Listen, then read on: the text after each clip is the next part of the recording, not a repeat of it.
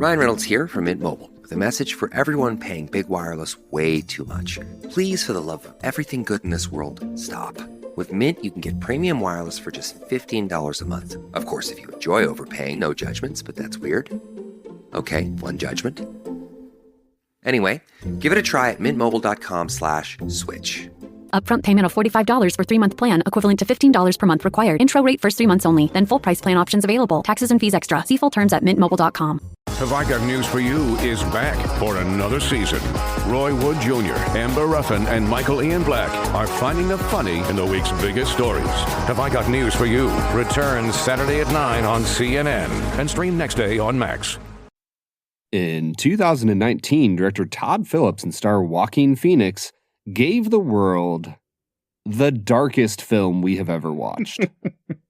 In 2025, we take a return trip to Scotland for the first time in weeks. I like the way you put that. Like we just hang out in Scotland pretty often. It's been too long, Brad. Too long. The film is Joker. The whiskey is Benromach 10-year. And we'll review them both. This is the Film and Whiskey Podcast.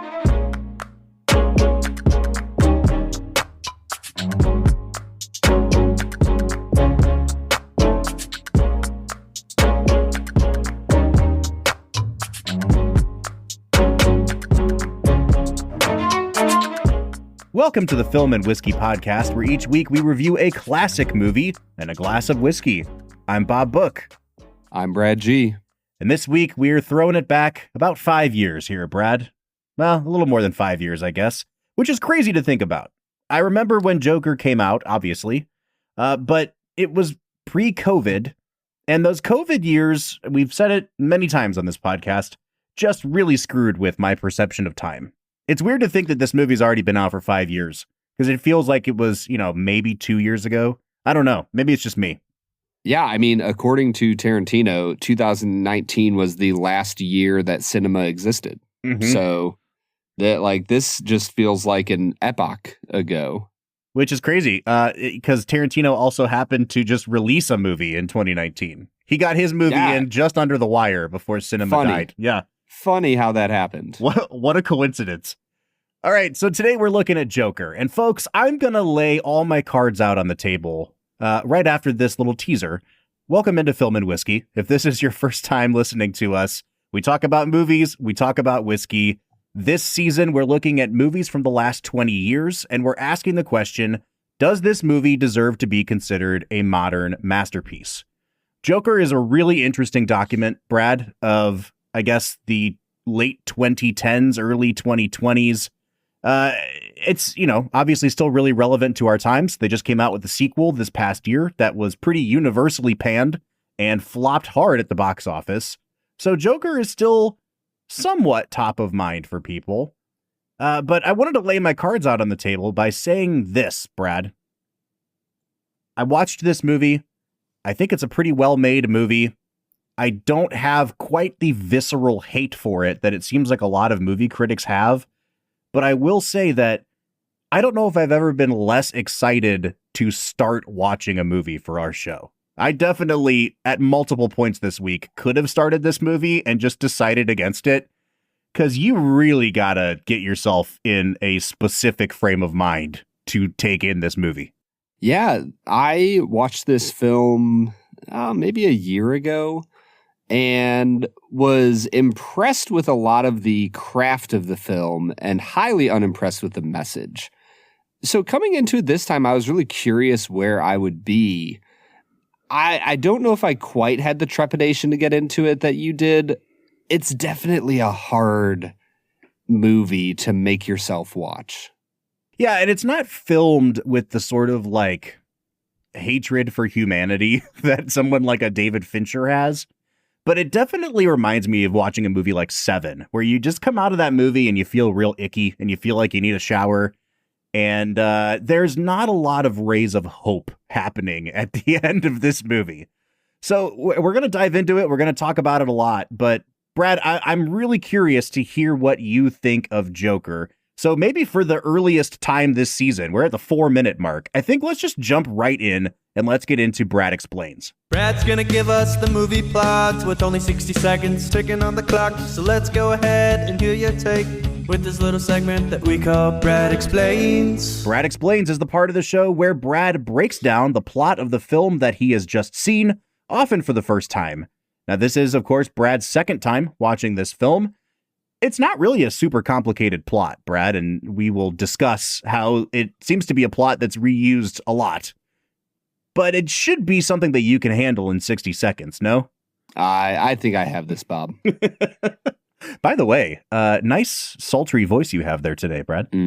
That's what happens when you get sick, Bob.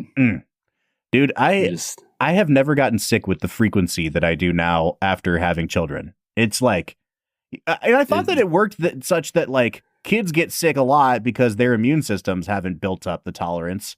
But yeah. I, as an adult, should have the tolerance. Like, why am I getting sick all the time? Yeah, it's because kids are dirty. And not only do they fray your last nerve, they also fray your bodily health. It's wild. And that's our endorsement for parenthood, folks. Dude, if anybody's out there listening, have kids. It's the absolute best thing in the world. Yeah, you get to sound like this, Bob. You gave such a glowing endorsement that I'm sure that really rings true with most people now. All right, Brad, let's dive into Joker. So you have 60 seconds on the clock. Folks, we are going to spoil this whole movie, so if you haven't gotten around to seeing the Best Picture nominee, Joker, hit pause, go watch the film, and then come back and rejoin us for the rest of the episode. Brad, 1 minute and go. Joker is a film about an evil society that tramples a poor man into absolute terror. The end. The end. Boom. Bad society. Bad society. Okay, how do we want to frame today, Brad? I've been kind of sending you little tiny fragments of thoughts I have on this movie throughout the day, and I have so many thoughts, but I don't really know how to construct an episode out of them.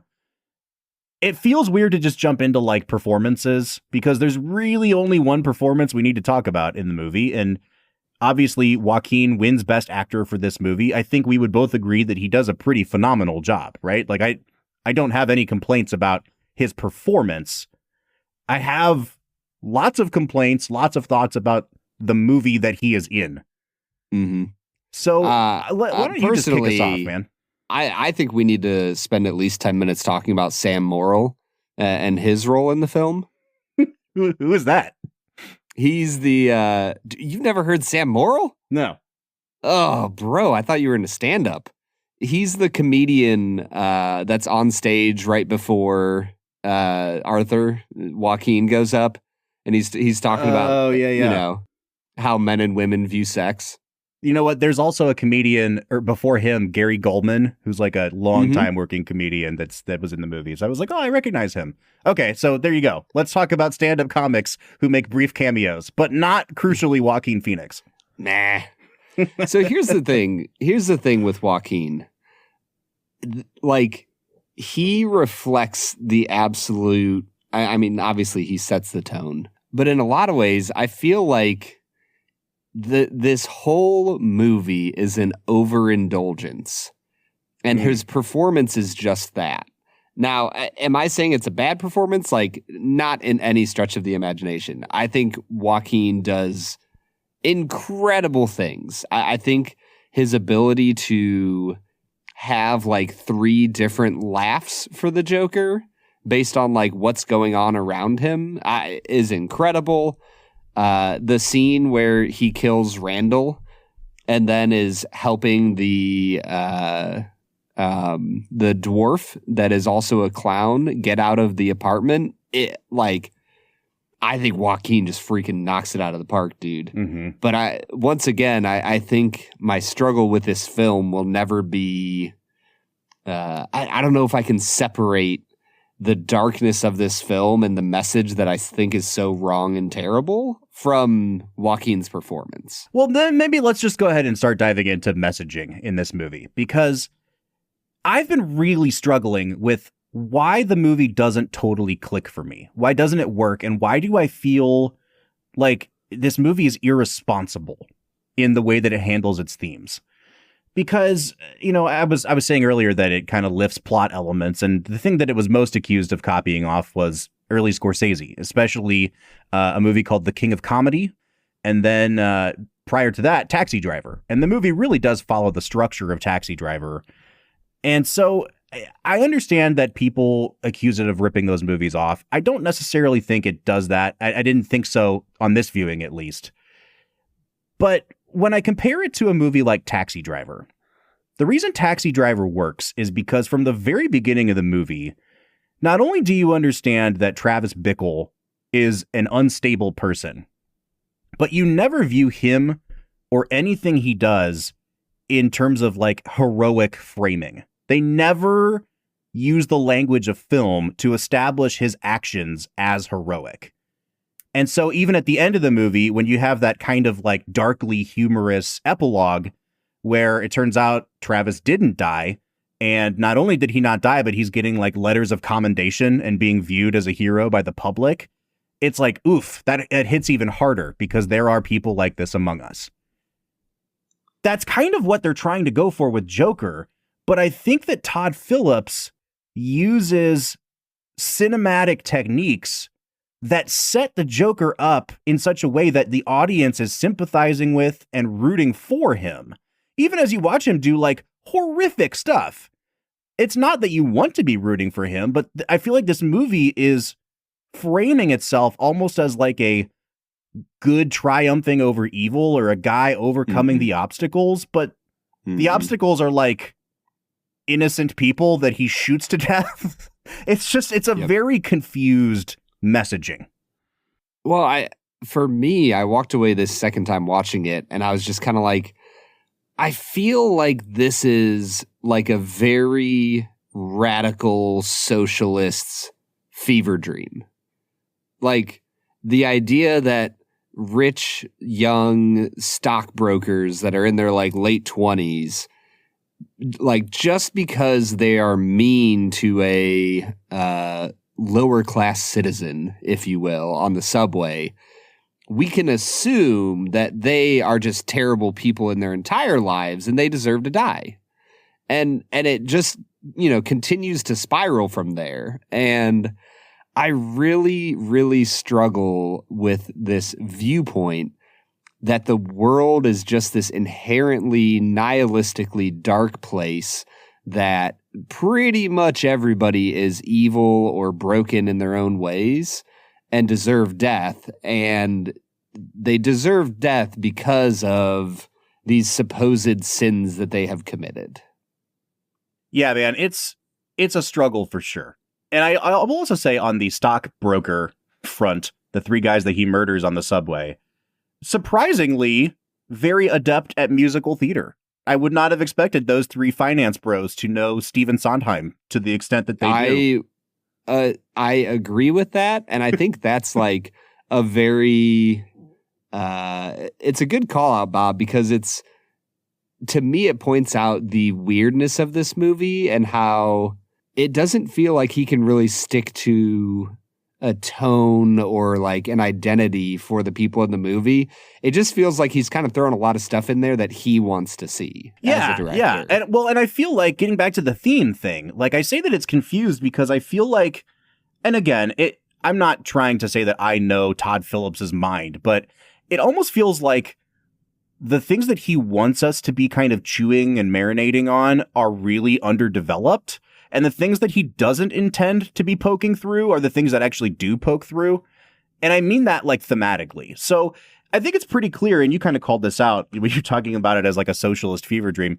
I think that this movie wants to kind of toe the line of being political and being like what it perceives to be timely. Obviously, this comes out during the first Trump administration, and you have at the beginning of the movie a lower class man whose mom only watches the news, doesn't have friends, but watches the news all day and says, this billionaire is such a good guy. He's going to save us all. He should be in government. Like, it feels like Todd Phillips is trying to hint at like a Trumpian figure. No, Rob, definitely not. Definitely not. But then they also do the thing of like, but we're going to set it in 1980, so it's not current times. And it feels like they're hedging. Like, if you're going to make a movie that is intending to be some kind of either social satire or just like a social commentary, you got to give it some teeth, dude. Like, make it a little more biting than this. Whether or not the audience ends up eating that up, like, you have to go whole hog on that. And it feels like at every step, they want to be controversial, but then they want to make him an empathetic figure. They want to be bold, but then they want to soften it with, traditional filmmaking techniques. They want it to be timely, but we're going to set it in the past so that it can't be a one-to-one. And it just constantly feels like a guy that wants to, he wants to muddy up the waters a little bit, but he's too afraid to do so. I also think that this movie works way better if in pairing with what you just said, like, make it more direct, if that's what you're trying to say. Get rid of the DC of it all. Yeah, let's talk about that. Like, don't make this a movie about Joker. Like, 100%, you could make this movie 100% the same, including all the clown stuff. He can be a clown on the streets of 1980s New York. Totally fine. But, why in the world did this have to be a comic book movie? It literally continues to make zero sense to me. Well, okay, so this might be a good place to touch on the sequel a little bit. And I know you haven't seen the sequel. I might be one of the 5 people that don't absolutely hate the sequel. It is at least a half hour too long. It is very boring, but it is a much more direct and coherent vision from Todd Phillips. Because I think he basically thought people misinterpreted what I was trying to do with my first movie. So I'm going to use the entirety of the second movie to underscore that this man is not a hero. And in fact, he's the biggest loser on earth.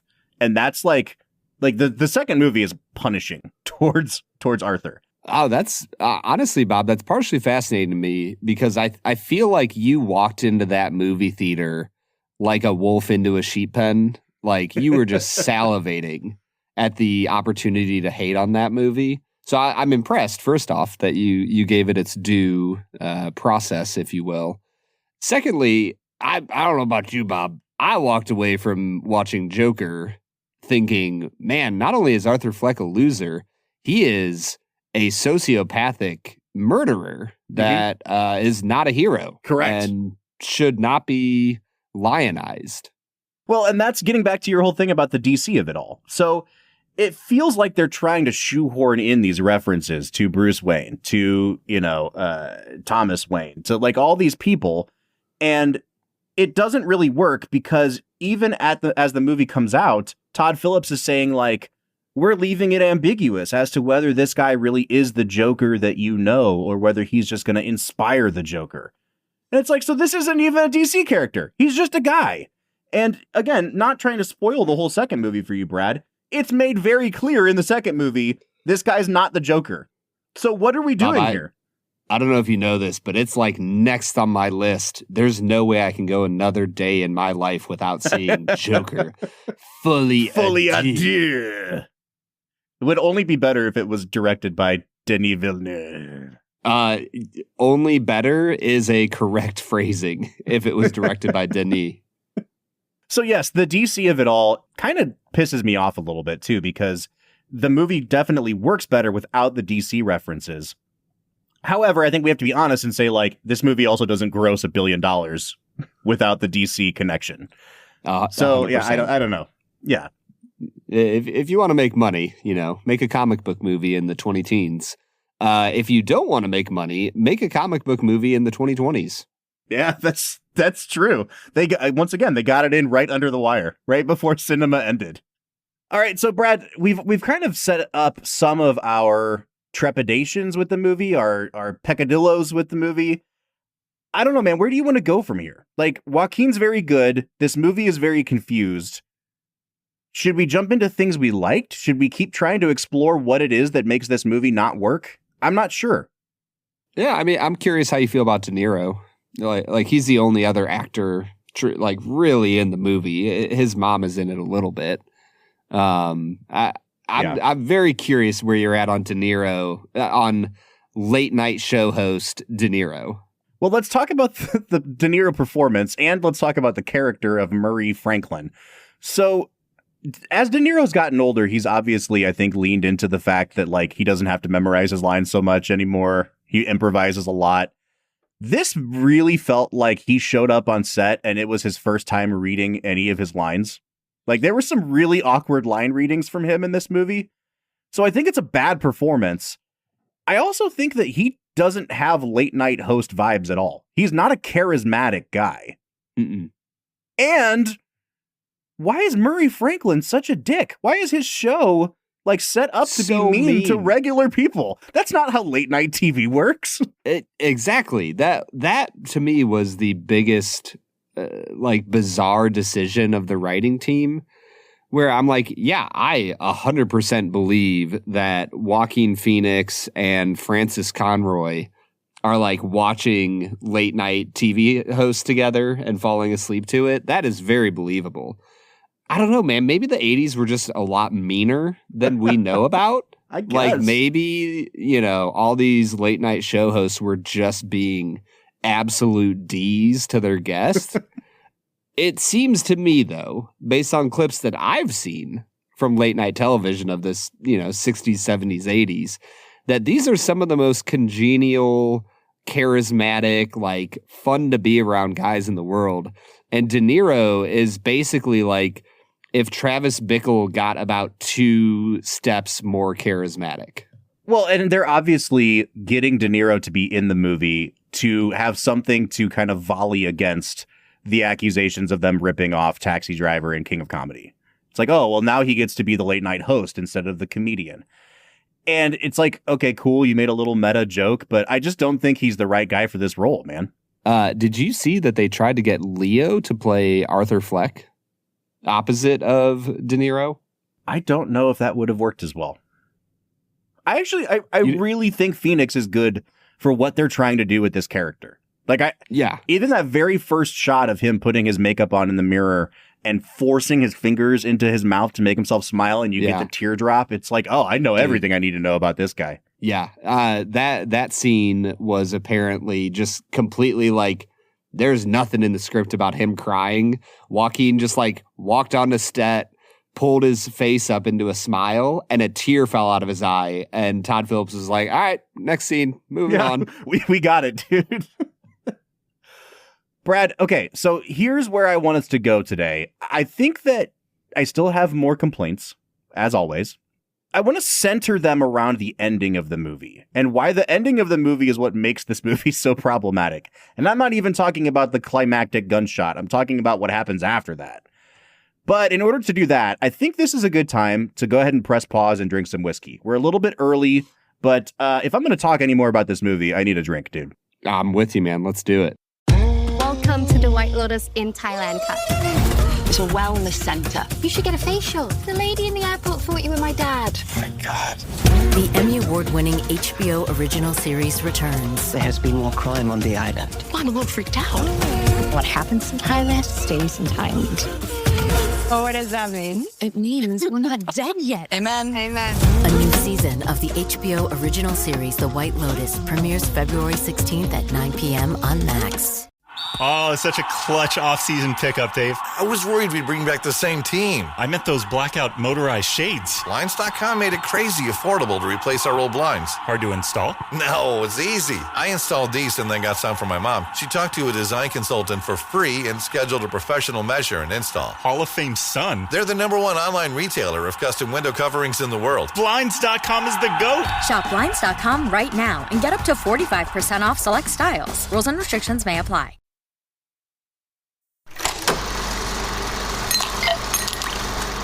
All right, so today we are checking out Benromach, Speyside Single Malt Scotch Whiskey. Ben, I almost called you Ben because I'm talking about Benromach. Brad, I looked up a video of how to properly pronounce it just to make sure I wasn't going to stick my foot in my mouth here. And they have the CH at the end of Benromach is like aspirated. It's not quite as throaty as like a Hoff in Hebrew. Yeah. But you got to say Benromach. So I've been practicing. I don't know, man. I like drinking my Benromach. Benromach. 10 years. So this is a Speyside whiskey. Brad, it's been a minute since we've had a Speyside. I am very excited for this because we've always said Speyside tends to be kind of like the most like delicate of the scotches that we've tried, at least. Highland packs a little bit more of a punch. And then obviously you've got your Islay, among the other couple regions. But it's been a minute and we've never tried Benromach. This is their entry-level 10-year version. They also have, I see on their website, a 15-year, and then they've got super premium ones that are in the 20s. Brad, what can you remember about the Speyside scotches that we've tried to this point? Man, I mean, I really don't remember much about our Speysides. Is Aberlour a Speyside? Yes. Yep. Yeah. So I do remember really enjoying the Aberlours. For me, they had a lot of like berry notes, and like a very beautiful floral delicacy to them. Yeah, I'm with you, dude. That's exactly what I pick up on Speysides as well. And it's funny because as we transition into the nose on this one, I actually get a little bit more like peat smoke on this one than I think I've ever gotten on a Speyside before. Brad, I think you've tried it already. I'm drinking it live, so I've given one nosing note, but I'm going to go ahead and stick my nose in this glass while you give your notes. Bob, I am going to give you one of the best nosing notes of all time. This reminds me of Honey Smacks. Oh, wow. Right? Dude, like, those things were so good. But they, like, even when I ate them, I felt like it was the poorest I ever felt as a kid. Yes, I was exactly. like, this seems like poor people food. Like Great Depression era cereal. Yeah. So Honey Smacks, quite the endorsing opinion there, Bob. There is a bunch of vanilla here. It's got like a really nice thick cherry syrupy vibe on the nose. There's some cranberry. There's some plum. Overall, it's a really pleasant nose that has me intrigued. I'm going to give it a 7.5 out of 10. Yeah, I'm going to be just a little bit lower than you. I'm at just a 7 out of 10. When I first poured it out, I got like really bright orange and cinnamon notes that definitely had the peat smoke to it as well. And then it kind of like it started to get a couple funky notes on it. I get some almost raw, like yeasty dough on it. I get there's some kind of wood that I can't like put my finger on, but it smells like a wet, almost like balsa wood. And like it was a really weird note for me to get. I like it. I wish that it was a little more in that kind of delicate, fruity realm that we like. So I'm just at a 7 and hoping that it gets better on the taste. I think the palate is incredible. There is plum. There's like a really nice cacao note kicking through the entire experience. It reminds me a little bit of like a Rice Krispie treat, like a sugary, grainy vibe. There is a lot of really nice flavors. It's not overwhelmingly complex, so somewhat simple in its presentation, but I'm going to give it an 8 out of 10, Bob. Wow, this is way smokier than I would have expected just looking at the bottle and seeing the word Speyside. If you had told me that this was like a more lightly peated Islay Scotch, I'd believe you. Like, this doesn't remind me of any of the Speysides we've had to this point, which is fine. Like, you don't have to mimic other distilleries with the product you're creating. It's just kind of throwing off my mental expectations here. So I'm trying to readjust a little bit. I definitely get a much more vegetal, much more medicinal note towards the back end. It's got like that kind of woody grass type note to it. Not quite piney, but in that realm. It has that almost like ashy cigarette kind of taste towards the back as well. But I will say it's got a layer of sweetness that helps to offset that a little bit, so it doesn't tip fully bitter at the end. I like this quite a bit. I think I'm just still resetting what I was expecting it to be. I'm going to come up to a 7.5 on the palate. I think the finish is really nice. I think that there's a little bit of oakiness to it. It gets kind of spicy at the end. There is that, for me, it turned into that vegetal note, almost into a dilly type of region. Overall, pretty good finish. Drops off a little bit from the nose and the taste. I'm going to give it a 7 out of 10. Yeah, I like the finish. I don't really have a lot of notes on this one. It doesn't feel like a super complex whiskey to me. It does get bitter and it does get kind of overly, like it's so smoky that it almost comes back around into sourness. I don't quite know how to explain that, but like the flavors that are left a minute after on the back of my palate are turning sour. And so I think that this is kind of like, if this was an Islay Scotch, I would think it's an underwhelming experience. As a Speyside Scotch, I kind of think it's a little bit of an underwhelming experience. And it's so far out of the wheelhouse of what we've come to identify Speyside as, that it feels kind of like a bottle floating on its own out in between Speyside and the Islay region. I have no idea what to make of this. I'm going to give it a 6.5 on the finish. I'm going to give it just a 7 out of 10 on the balance. Brad, did you give a balance score? I didn't. I'll give it a 7.5 on the balance. Okay. I think there's good flavors that all work together really well. And I'm a fan. I like this. Bob, I found this. It seems like you can get it for around $50 in the States, which is, I think, an eminently reasonable price for this whiskey. Yeah. I'm going to purposely fudge my numbers, Brad. I'm going to ruin the integrity of my scoring structure here. Because right now I'm at a 28 out of 40. And I think that the price on this is extremely fair. Like, I was going to give it a 7 out of 10. It's only a 7 because I don't really like it that much. But if we're just talking like, if you had to buy this blind without ever tasting it, it's like a 9 or a 10 out of 10 on value.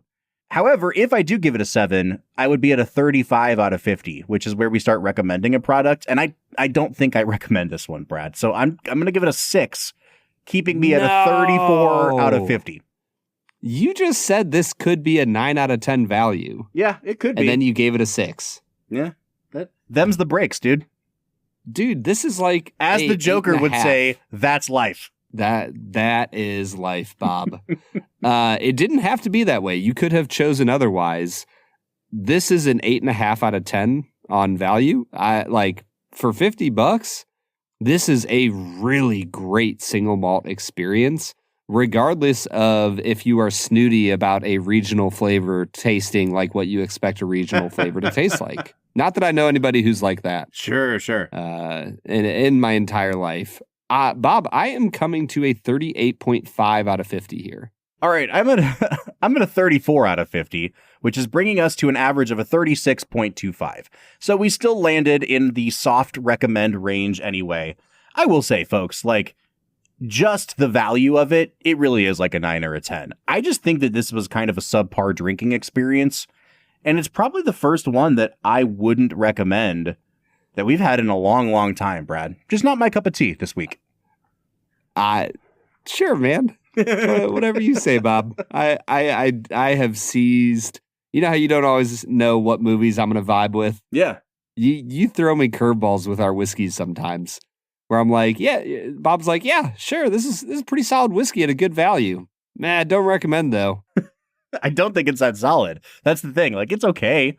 I just think that, like, if you could get a bottle of like Talisker 10 for like $60 instead of this, Talisker is worlds better than this, bro. Dude, I think the price on Talisker has gone up. I think it's like a $75, $80 bottle now. And I would agree with you. Talisker 10 is worlds better than this. Well, yeah, but if it's $80, then I get it, man. So it sounds like you definitely recommend, though. Would you recommend trying it or buying it? Yeah, try and buy. Great whiskey. Try followed by buy. All right, man, I love it. Let's get back into talking about Joker. What do you say? I would say that Talisker Single Malt 10-year-old will set you back $75 in the state of Ohio. It's all these darn tariffs. They just didn't put it on Benromach because they don't think it's that good. That's what it was. Tariffs. All right, man, let's get back into talking about Joker. Let's get to it. I think I just won my taxes. Yeah? I just switched to H&R Block in about 1 minute. All I had to do was drag and drop last year's return into H&R Block, and bam, my information is automatically there. So I don't have to go digging around for all my old papers to switch? Nope. Sounds like we just leveled up our tax game. Switching to H&R Block is easy. Just drag and drop your last return. It's better with Block. Build a routine with Ollie that supports your wellness needs, like getting your daily vitamins and minerals with Ollie's multi-gummies, or keeping your mood upbeat with all the vitamin D in Hello Happy. give your gut health some support with probiotics, and wake up feeling refreshed after taking Ollie Sleep. Do wellness on your terms. Find Ollie at a Walmart or Target near you or at ollie.com. These statements have not been evaluated by the Food and Drug Administration. This product is not intended to diagnose, treat, cure, or prevent any disease. All right, everybody. That was Benromach 10, an unmitigated success at that $50 price point. Don't you think, Bob? Whatever you say, man. Also, I'm just going to take a second and tell you, I can't trill my R's.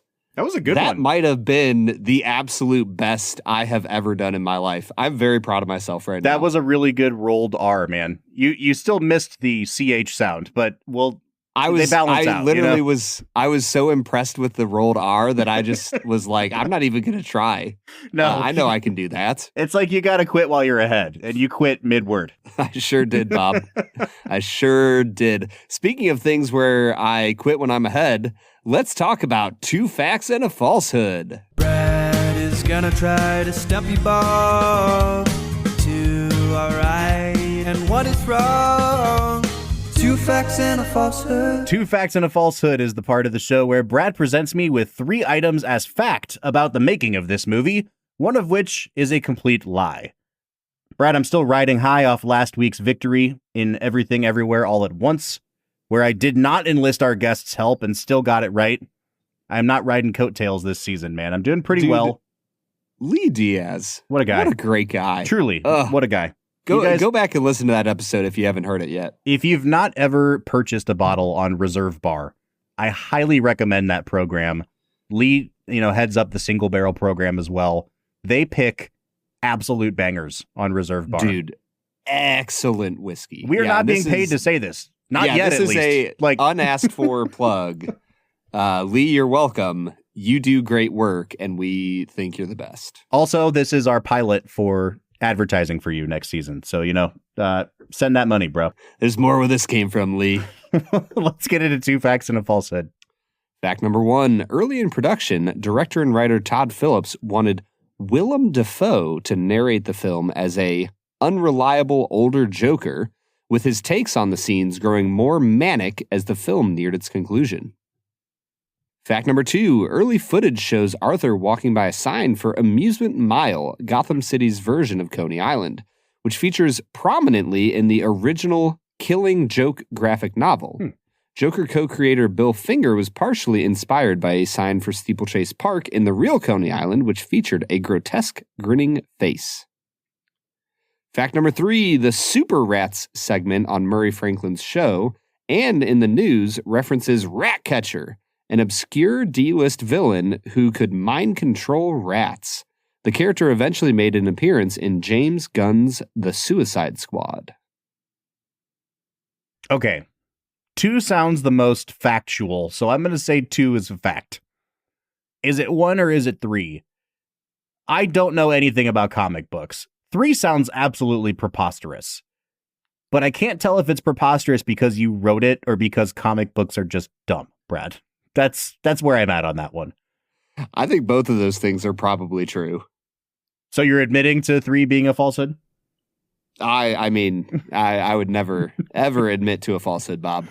Number 1 also sounds fictional because people have been making fan art of Willem Dafoe as the Joker for such a long time that it almost seems like it would be kind of like when they had the Juggernaut in that one X-Men movie and they made him say I'm the Juggernaut bitch.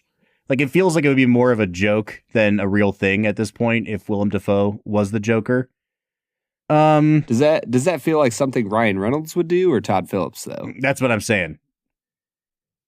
I'm going to say number 1 is the falsehood, but I'm really going to kick myself if you admitted on air to writing number 3 and I didn't pick it. But I'm still doing it, man. I'm going to go with number 1. Bob, I have never once in my life seen a fan art of Willem Dafoe. Really? As the Joker. Oh, yeah. All over the place, dude. It makes a lot of sense. He would be an incredible Joker. Dude, you know how they made Logan about old Wolverine? They could make Arthur about old Arthur Fleck and have Willem Dafoe play him. Well, they can't if you saw what happens to Arthur Fleck at the end of the second movie. But aside from that. Yeah, alternate universe, multiverse, Bob. They're all the rage. Fact number 1 is the falsehood. Yes! You got it correct. Yes! Do you know why Willem Dafoe works so well as the Joker, Brad? Why is that, Bob? He has a gigantic mouth. He huge mouth. It makes so much sense as the Joker. If that's the only qualification to be Joker, then Cameron Diaz would be an incredible Joker. Well, that's just not kind. Come on, man. She's a beautiful woman. Yeah.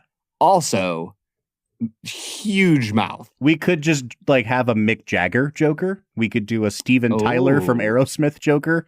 Just assemble a team of people with big mouths to be Joker. Have just a bunch of different, it's a multiverse Joker movie. This sounds terrible. We need to stop talking or Disney's going to actually make it, or Warner Brothers, or whoever the hell it is. They need content. Yeah, they do need content. Bob, where do you think life is at for superhero films? Because it just feels like they have had their last gasp, for the time being at least. Yeah, I still think there's probably a couple $billion-dollar movies waiting to be wrung out of that whole thing. Like Deadpool this last year just made $1 billion plus. Did it? Yeah, dude. And it's it wasn't a good movie. Yeah. Most of these are not good movies. And I think the thing about superhero movies is we used to have superhero movies that we all understood would be bad, and then we just had fun with how bad they were. And now we're expected to take them all as serious works of cinema, and they're still bad. So it's cool, I just watched an unenjoyably bad movie. And I think that's kind of where I'm at with it. I don't want to follow your stupid TV shows. I don't want to go into this grim, dour experience and have it be bad. We have run our course. That's where I'm at with superhero movies. I think that's my problem with Joker in a lot of ways, is that I think they actually, the craft of this movie is really well done, Bob. Mm-hmm. There are so many pieces of this film I really, truly like. It's just that the entire narrative force of this movie is completely antithetical to how I see and understand the world. And I also think that it's truly a harmful viewpoint for people to think this way about the world. I think it's bad for society. Well, so let's hone in on that a little bit, because I've also been thinking of words like harmful and dangerous. And that's kind of why I brought up my Taxi Driver parallel in the first half, because this is not the first movie that tries to kind of gut punch you with the unhinged guy who has killed people is actually hailed as a hero. Taxi Driver does that. Clockwork Orange does that. But I think, going back to, again, what I said in the first half, those movies never pretend like their main characters are heroic, and they don't use the language of cinema to paint them as heroic. And I think this movie does. And what I can't tell is if Todd Phillips intended that, or if he accidentally made a movie that was a really good rags to riches story, but then still made that movie go where it does at the end of this. And I texted you at one point and I said, maybe it's just because we just reviewed Creed, but this feels like a really effed up version of Rocky. It's set around the same time as the original Rocky. There's that level of grime and poverty, but it definitely, here, let me pull up the text I sent you, because I phrased it so much better earlier. And so I don't know if it's just the guy on the stairs thing that you get in both Rocky or Joker, but I feel like it's presented structurally really similarly to Rocky. It's a rags to riches story. It's about a guy that overcomes the odds, and no matter how much they want you to see it as a descent into madness, the way they film the movie is like you're watching the training montage in Rocky. And so when Rocky goes and fights Apollo Creed at the end of the movie, even though he loses, you cheer for him.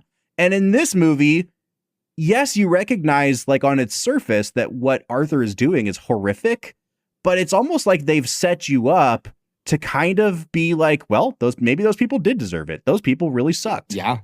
And That's a really, really tricky and dangerous tightrope to be walking, and I don't think it does it with much grace.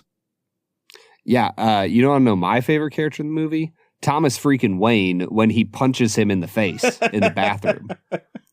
Like, tell me that's not the most John Wayne moment of a modern film you've seen in a while, Bob. Yeah, and the thing is, Thomas Wayne absolutely seemed like a huge dick and probably a bad person. You know what, though? I didn't see him murdering innocent people. So, like... Sure didn't. You know?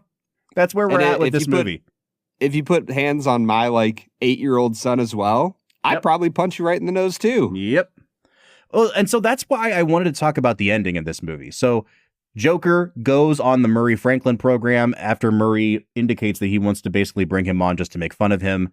He has completely lost touch with reality. He's murdered at least 5 people at this point and admits to murdering people on air and then shoots Robert De Niro in the head, which apparently they do not broadcast that on tape delay. It went out live to millions of people and happened during the middle of a riot, which he also inadvertently sparked. And when they saw him kill this famous celebrity, it was the spark that lit the flame that caused the revolution in Gotham. And he is now a hero amongst the disenfranchised in Gotham, leading to a maybe reign of terror. And that's where this movie gets really weird for me, man, because I don't know how you interpret the ending of this movie as anything more than a valorization of what he has done. Dude, he's pulled out of the car like Christ. Yeah. Like he's laid on the hood of an ambulance or a police car, and the mob gathers around him like he is their salvation. Mm-hmm. And it's that scene that makes me go, man, I don't care what Todd Phillips says. He knew what he was doing. Yeah. You can't film that scene and not have the audience see Arthur Fleck as the hero of the film. Well, and I think it also opens up a whole bunch of unintended secondary questions of okay, let's just say that he's presenting him as a hero for these people who are already angry, and he's not necessarily condoning the violence, but he's trying to portray this is how it gets when people are beat down for too long. This is what you can come to expect. If you want to do that, Bob, go watch Do the Right Thing. Well, and I was just saying I can almost understand that point of view. The problem is that you're also folding in these issues of mental health, which are done really poorly and really sloppily. And you're making this person who admits to being mentally ill, and we know probably schizophrenic and has breaks from reality, be the leader of this crusade. And so then the secondary question becomes, what is Todd Phillips trying to say, not about the Joker, but about the people who are worshiping him? Are you saying, are you ultimately saying that all of the poor, disenfranchised people who are pissed off are also mentally ill? Because that opens, it just seems like there's no good way to interpret this where characters or even Todd Phillips comes out clean at the end of it, because he writes himself such a convoluted ending that it reflects poorly on him and all the characters. I don't know if I'm expressing it exactly how I want to, but do you know what I'm saying?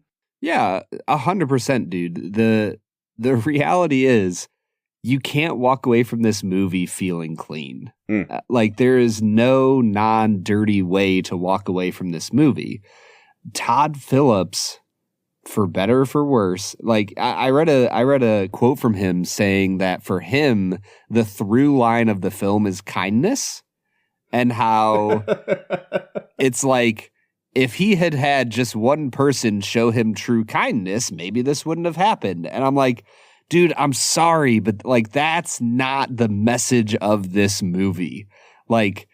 You created a grenade, you pulled the pin out, and you put it in the hands of the American public. And when it exploded, it's kind of oopsies. Yeah. I wanted to give them a flower, and instead I handed them a grenade. Right.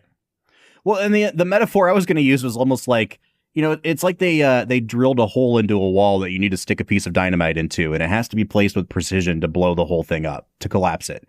And I feel like, to your point earlier, it is okay to make a movie where everyone in the movie is awful, and you're supposed to, as a viewer, come out of it questioning, how can humanity be so terrible to each other? there are movies that do that quite well, and they're good movies. Mm-hmm. This movie, it just wants to have its cake and eat it too. It wants to make you think like, man, the world is such a mean, horrible place.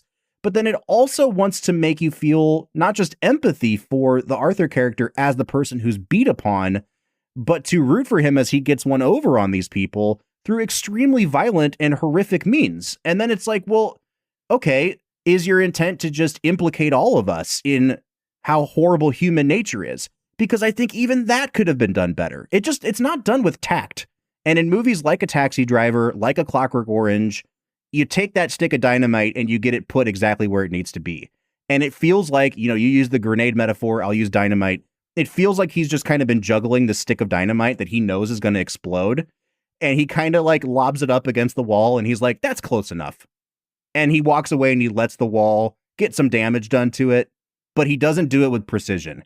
And I feel like if you're gonna juggle themes like this, you have to do it so much more tactfully than what we have here. Absolutely. And I'm curious. I don't know if you're okay with me moving us into Let's Make It a Double. Yep. But I think for me... Well, hold on. Let's play the theme song, Brad. Hold on. We're going to do Let's Make It a Double, presented by Blackwood Distilling Company.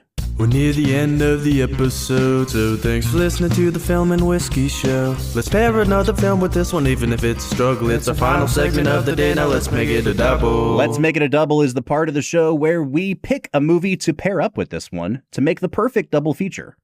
Brad, you were on a roll. I didn't mean to interrupt you there, but you go ahead and share your double feature with us.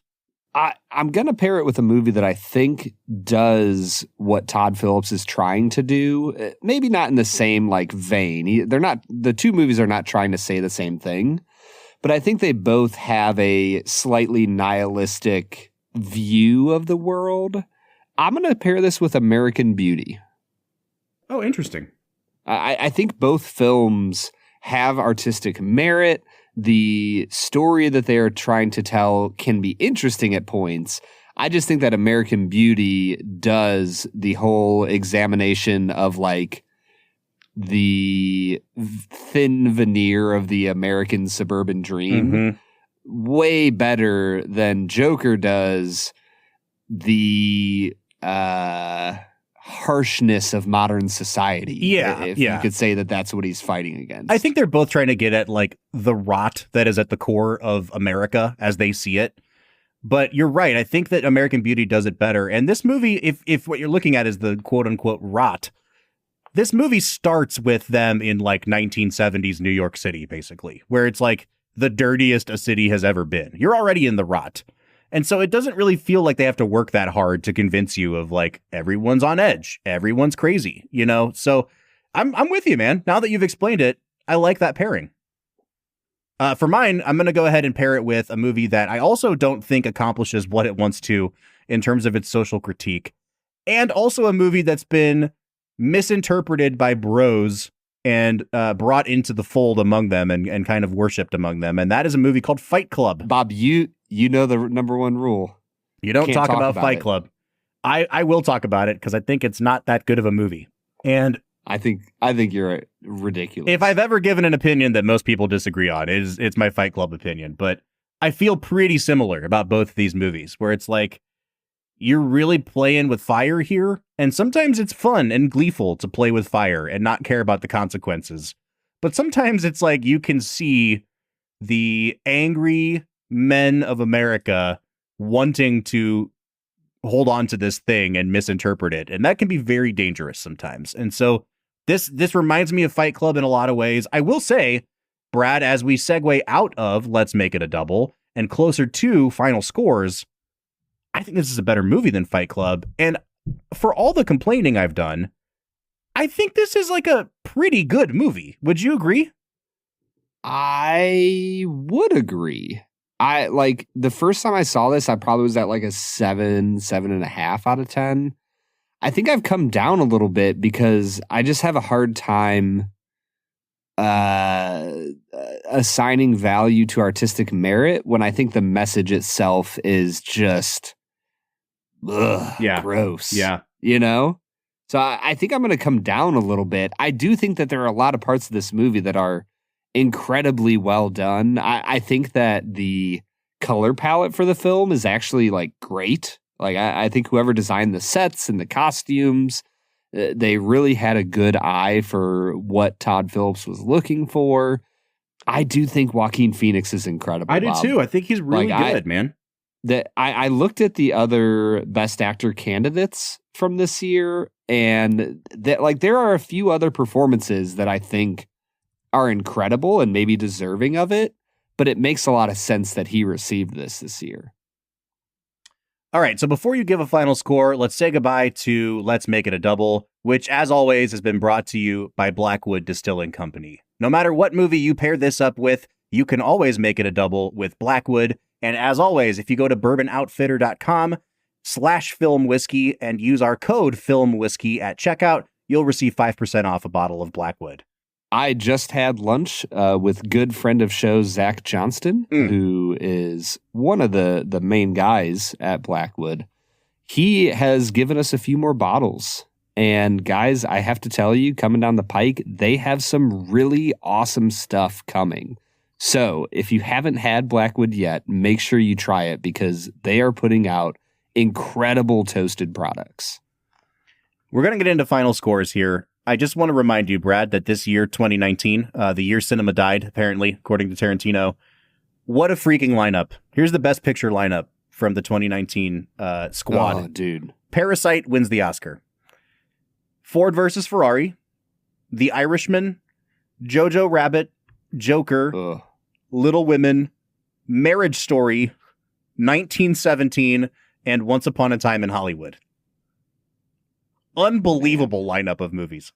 I forgot about Marriage Story, one of my favorite movies of all time. And then I saw it here and I was like, oh my gosh, dude. Do you think Adam Driver, because he was also nominated, do you think he deserves it over Joaquin? Oh, no, see, that's a question of head or heart. I would say yes, just because I love that movie so much. But I really do. I have no qualms with Joaquin winning this Oscar. Yeah, I don't think I do either. He really poured his heart and soul in. And from what I've heard, he's like kind of a method actor, but also still like overall a really nice guy on set. Mm-hmm. So it seems like he kind of has the best of both worlds. There you go. Just like us, with me and you as the hosts on Film and Whiskey, Brad.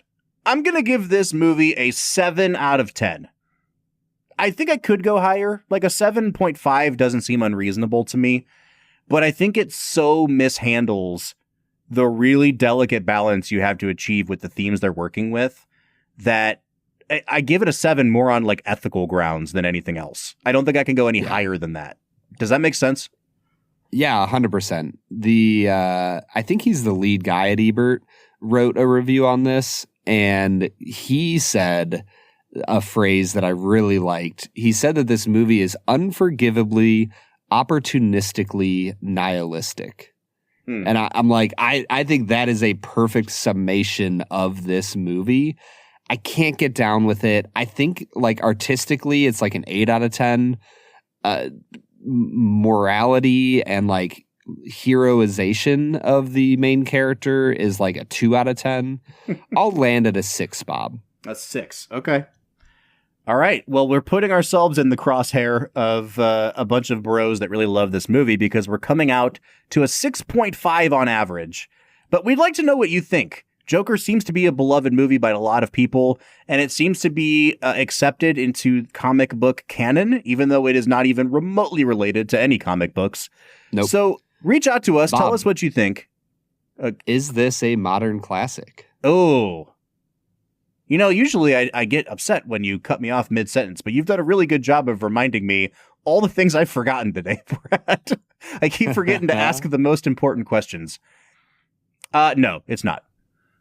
This is the closest I would come to saying yes on a movie I've scored this low, but I am going to say no more on principle than anything else. I think tons of people would say yes. Yeah, I think principle is the thing that, like, it's unfair for me to say no, because if it's a classic, it's a classic, even if I don't like it.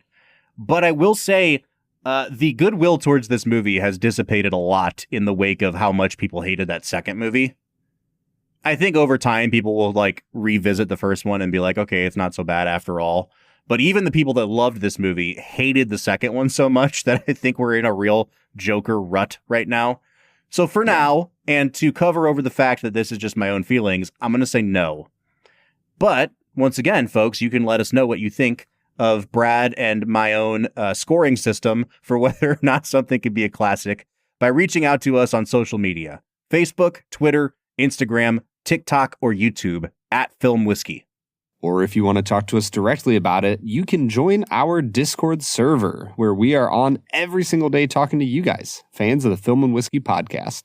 So if you want to join us, you can find a link at the end of every single one of our show notes. Brad, we've had to reshuffle a little bit with our lineup here, and it looks like the next movie on our list is supposed to be The Wolf of Wall Street, which we will get to in time. I think I need a palate cleanser after Joker, so I'm going to call Wolf of Wall Street isn't it? I mean, if we were cleansing our palates with copious amounts of cocaine, then sure. Yeah. But I'm going to say let's slot back in Inside Out for next week. We'll do a Pixar week, and then we will return to the world of debauchery for The Wolf of Wall Street. What do you say? I was going to say, poor Inside Out, man. It is just like squashed between two hookers right now. You're telling me, man. All right, so next week, we're going to do some Pixar. We're going to cleanse our palates. We're going to come up for air a little bit before diving back in the cesspool. So we will see you next week for Inside Out. But until then, I'm Bob Book. I'm Brad G. And we'll see you next time.